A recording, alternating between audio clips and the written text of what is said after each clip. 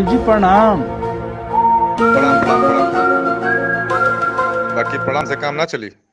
तोहरा के पता बा सेठ जी कितने गरमैल बने तोहरा ऊपर। उनकर आदेश बा कि तोहरा के पकड़ के उजले जाइल जा।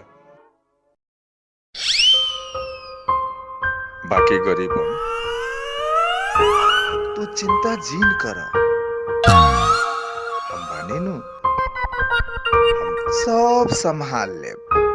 देखी, यहाँ के ऊपर कुछ होखे के ना चाही।